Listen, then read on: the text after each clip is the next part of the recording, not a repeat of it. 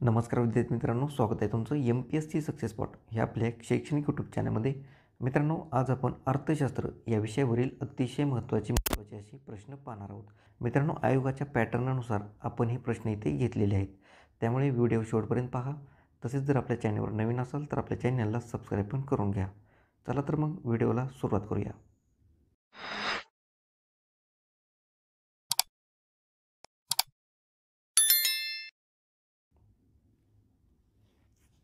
तर प्रश्न पहिला आहे, कांदा उत्पादन, झिंगे उत्पादन व कोळंबी उत्पादन तसेच औषध विकास यासंबंधी कोणती क्रांती आहे?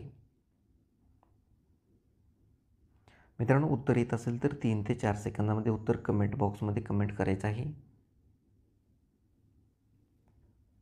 तर उत्तर आहे पर्याय क्रमांक 1, गुलाबी क्रांती. मित्रांनो, लक्षात ठेवा, कांदा उत्पादन, झिंगे उत्पादन, कोळंबी उत्पादन तसेच औषध विकास यासंबंधी कोणती क्रांती आहे? तर गुलाबी क्रांती आहे.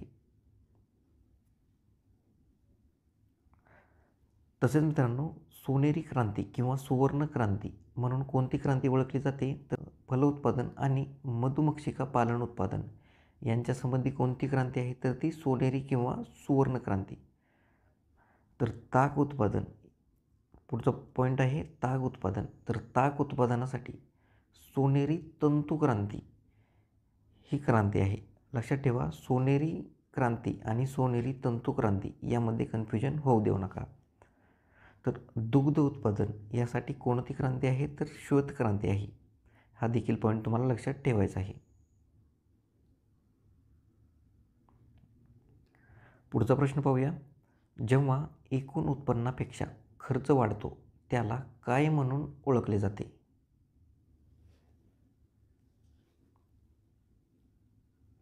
तर उत्तर आहे पर्याय क्रमांक 2, तुटीचे अंदाजपत्रक. लक्षात ठेवा, जेव्हा एकूण उत्पन्नापेक्षा खर्च वाढतो त्याला तुटीचे अंदाजपत्रक म्हणून ओळखलं जातं. पुढचा प्रश्न, ऑक्टोबर 2020मध्ये कोणत्या केंद्रशासित प्रदेशाला पहिला सेंद्रिय केंद्रशासित प्रदेश म्हणून घोषित करण्यात आले आहे? मित्रांनो, अतिशय महत्त्वाचा प्रश्न आहे, स्टार मार्क करून ठेवा. तर उत्तर आहे पर्याय क्रमांक 4, लक्षद्वीप. तर लक्षद्वीप या केंद्रशासित प्रदेशाला ऑक्टोबर 2020मध्ये पहिला सेंद्रिय केंद्रशासित प्रदेश म्हणून घोषित करण्यात आलेला आहे. पुढचा प्रश्न पाहूया. 15व्या वित्त आयोगाचे अध्यक्ष कोण आहेत? तर उत्तर आहे पर्याय क्रमांक 3, NK सिंग. मित्रांनो, लक्षात ठेवा, 15व्या वित्त आयोगाचे अध्यक्ष आहेत NK सिंग. पुढचा प्रश्न, कोणता खर्च केल्यानंतर त्या मोबदल्यात कोणतीही वस्तू किंवा सेवा निर्माण होते त्या खर्चाचे नाव सांगा?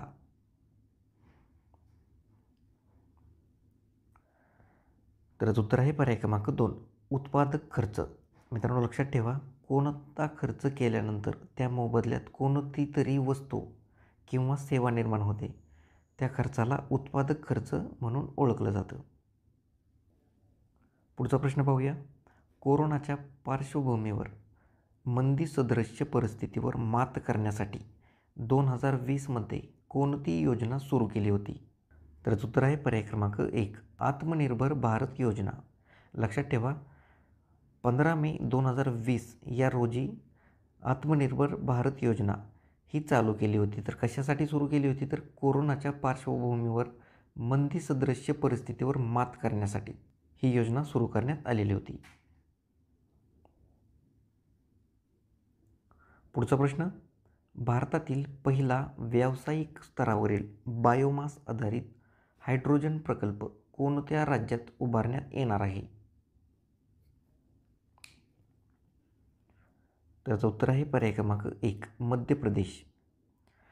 मित्रांनो, भारतामधील पहिला व्यावसायिक स्तरावरील बायोमास आधारित हायड्रोजन प्रकल्प आहे, त्यामुळे हा प्रश्न इथे इम्पॉर्टंट ठरतो. तर तो मध्य प्रदेश या राज्यामध्ये उभारण्यात येणार आहे.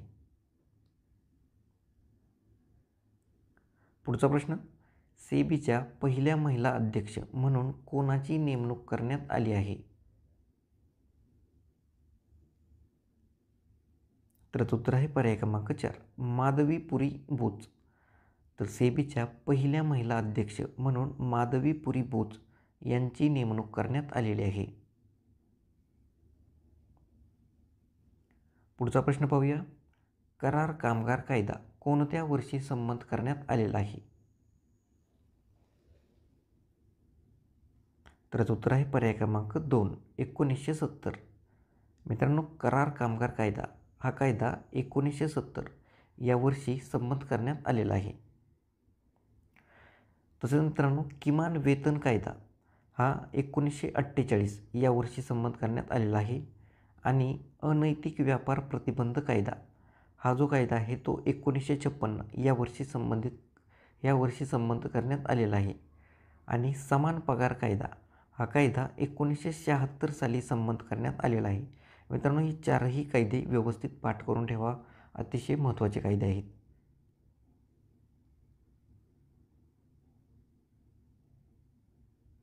पुढचा प्रश्न पाहूया. नवीन सहस्त्रकातील कृषी क्षेत्रातील फिकी म्हणजेच कलाहीन वृद्धी कशामुळे होते? तर याचं उत्तर आहे पर्याय क्रमांक 4 वरील तिन्ही पर्याय बरोबर. म्हणजेच खतांचा असमतोल वापर, दुसरं सार्वजनिक क्षेत्रातील गुंतवणुकीची कमी असलेली पातळी, आणि तिसरं संरचनात्मक त्रुटी. तर ह्या तिन्ही गोष्टीमुळे नवीन सहस्त्रकातील कृषी क्षेत्रातील कलाहीन वृद्धी होते.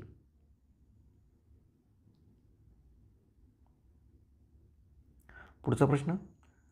देशातील द्वितीय क्रमांकाचा कृषीप्रधान उद्योग म्हणून कोणता उद्योग ओळखला जातो? तर उत्तर आहे पर्याय क्रमांक 1 साखर उद्योग. मित्रांनो, देशातील द्वितीय क्रमांकाचा कृषीप्रधान उद्योग म्हणून साखर उद्योगाला ओळखलं जातं. पुढचा प्रश्न. पर्यावरण व्यवस्थित ठेवण्यासाठी पाणथळ जागा जैवविविधता वाढीसाठी कोणती योजना राबवण्यात आली आहे?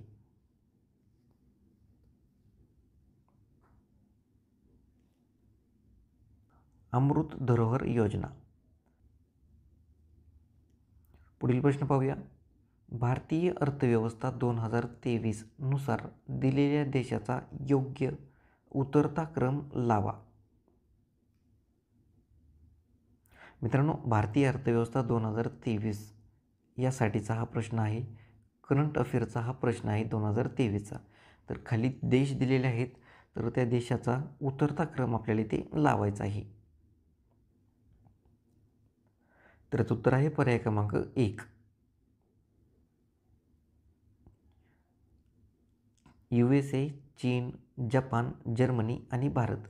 मित्रांनो, भारतीय अर्थव्यवस्थेमध्ये आपला भारत हा 5व्या क्रमांकावर आलेला आहे. त्यामुळे याचं योग्य उत्तर ठरतं पर्याय क्रमांक 1. मग पहिल्या क्रमांकावर कोणता देश आहे? तर USA हा अर्थव्यवस्थेमध्ये पहिल्या क्रमांकावर आहे. चीन 2 नंबरला आहे, जपान 3 नंबरला आहे, जर्मनी 4 नंबरला आहे, तर भारत 5 नंबरला आहे. म्हणून याचं योग्य उत्तर असणार आहे पर्याय क्रमांक 1.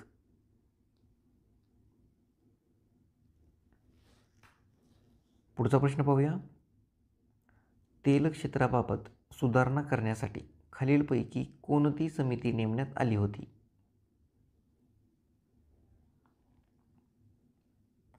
तर उत्तर आहे पर्याय क्रमांक 2 सुंदरराजन समिती. तर मित्रांनो, तेल क्षेत्राबाबत सुधारणा करण्यासाठी सुंदरराजन समिती ही नेमण्यात आलेली होती. पुढचा प्रश्न पाहूया. कोणत्या शहरामध्ये Indian institute of millet science उभारण्यात येणार आहे? तर उत्तर आहे पर्याय क्रमांक 4 हैदराबाद.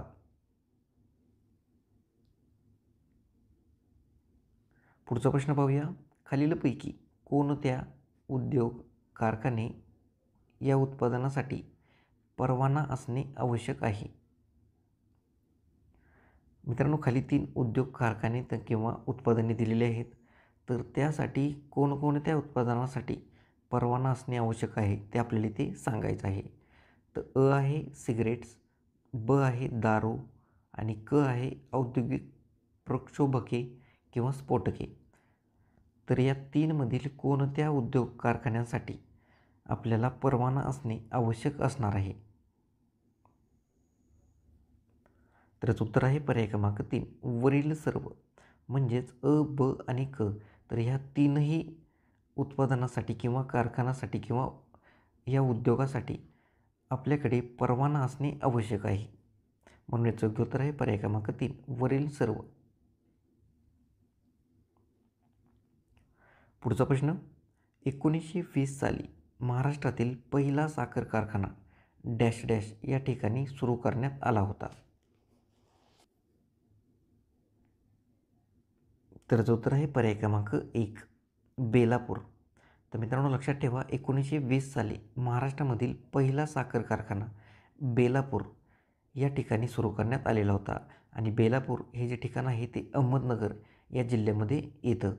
हे देखील तुम्हाला लक्षात ठेवायचं आहे.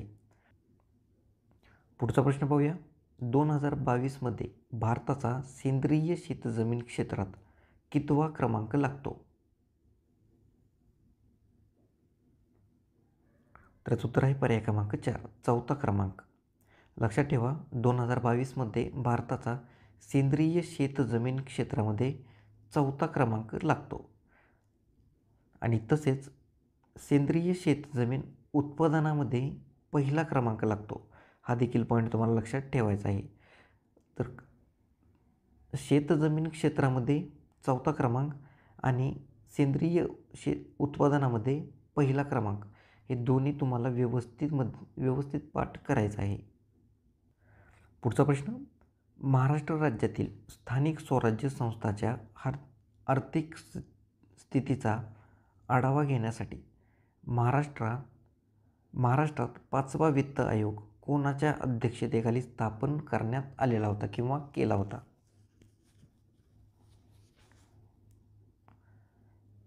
तर उत्तर आहे पर्याय क्रमांक 1 श्री विश्वनाथ गिरिराज.